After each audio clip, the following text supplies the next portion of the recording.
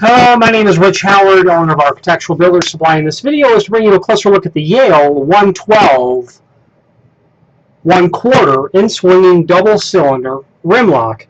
So first of all, the Yale 112 is a very classic design of rim deadbolt, surface-mounted deadbolt. And the 112-1/4 is a double-cylinder lock. And this is, I'll show you all the components of it now. This is the business end of the lock. This is the lock body that mounts to the inside of the door. You can see that that is a substantial amount of deadbolt that you've got there. Okay. This is in a bronze painted finish. Then you're going to have the cylinder from the outside. That's going to include this rim cylinder. Obviously, it'll be key to like, to the same keys as the inside cylinder. You'll have a cylinder collar that will go underneath it for installation. You'll have a retaining ring. We'll go over where that's used in a minute. You're going to have your in-swinging strike plate. This is intended to be used for in-swinging applications only, and this entire portion is going to be mortised into the frame. And when the lock is installed, I'll project the latch bolt here just for sake of making it a little bit easier. This is the lock body. That will be on a door that swings in, obviously. Okay? And it's going to look just like this when it's all said and done. Real nice fit and finish there on this surface-mounted rim deadbolt. Okay? You're going to get several screws. You're going to get the, let's see here now. You're going to get the screws for your lock body.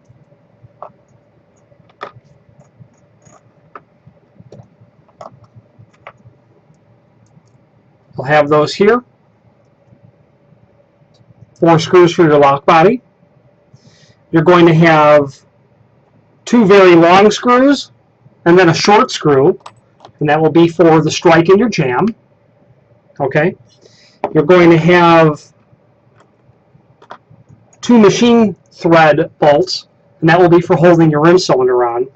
There's a link below this video to the instructions, and they really go over the installation of this, and it's actually quite simple how this goes on.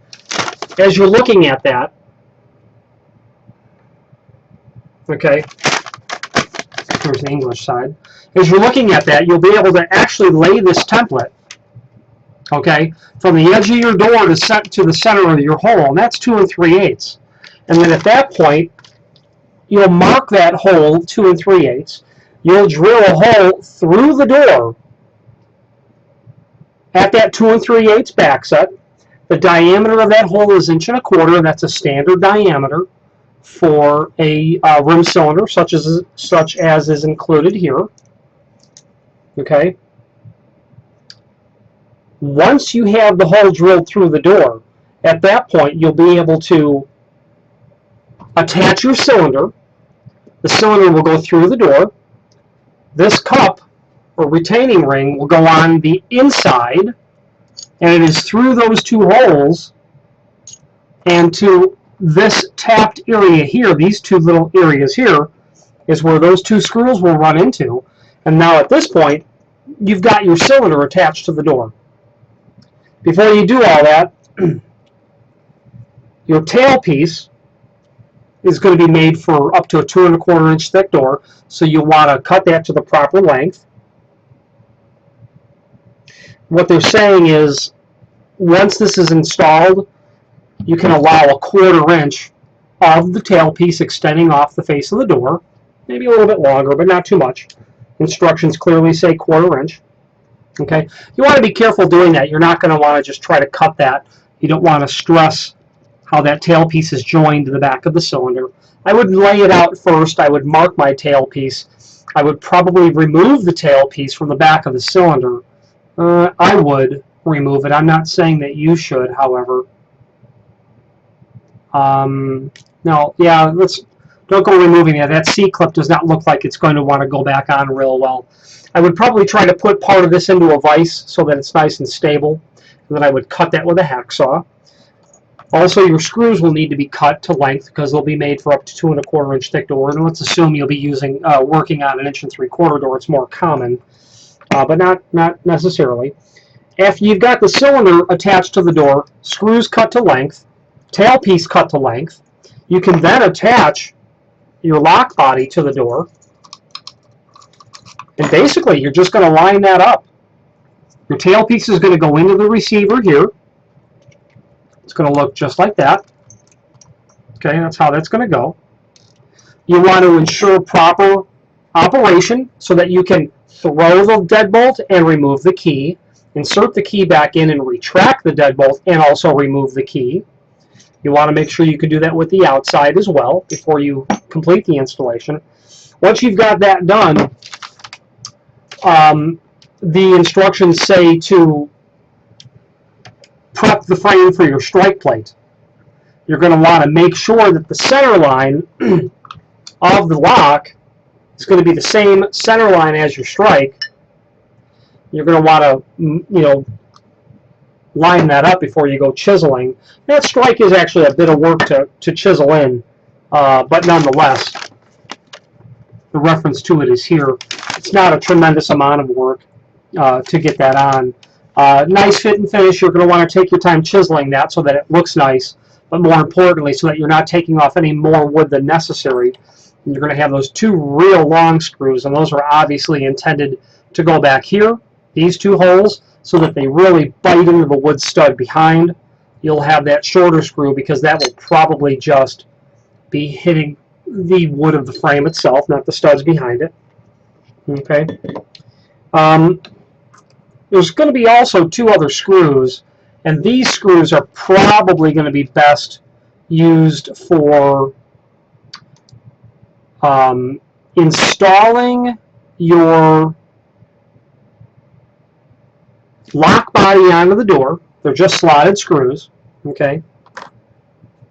Once you know that you've got the proper orientation of everything lined up, you'll then remove those 2 screws, and you can use as an option the 4 screws I showed you earlier, but those are one-way screws. Okay.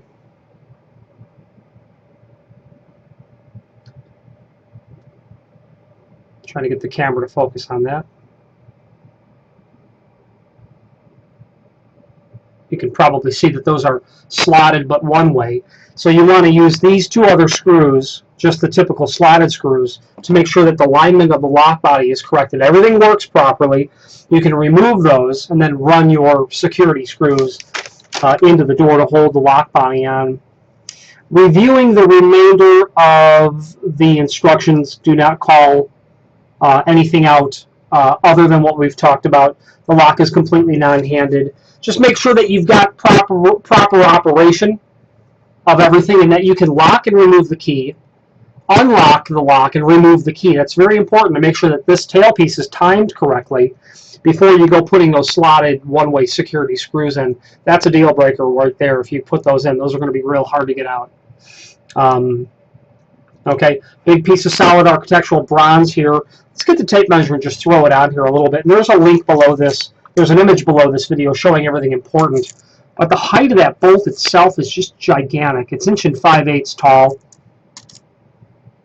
It's 5/8 of an inch thick. And that's just a serious amount of bolt. Okay, good quality lock here. This is a double cylinder. Yale is a full line provider of vintage sort of locks from yesteryear, like this Yale 112. I've seen these decades old. Okay, it's an oldie but a goodie, tried and true. A lot of bang for the dollar, and all those other, funny analogies we can say. Available single cylinder, available for outswinging doors as well, and there would be a different sort of strike that you would use for that, for an outswinging door. It can be keyed, but this is going to come with just a typical Yale keyway. If you're trying to match an existing key, that might be an issue. You may not be able to get this, a double cylinder with a cylinder on the inside of the door to match your existing key. The rim cylinder is a generic item. If you were doing a single cylinder lock, you could certainly just toss this rim cylinder and get a rim cylinder in the appropriate keyway.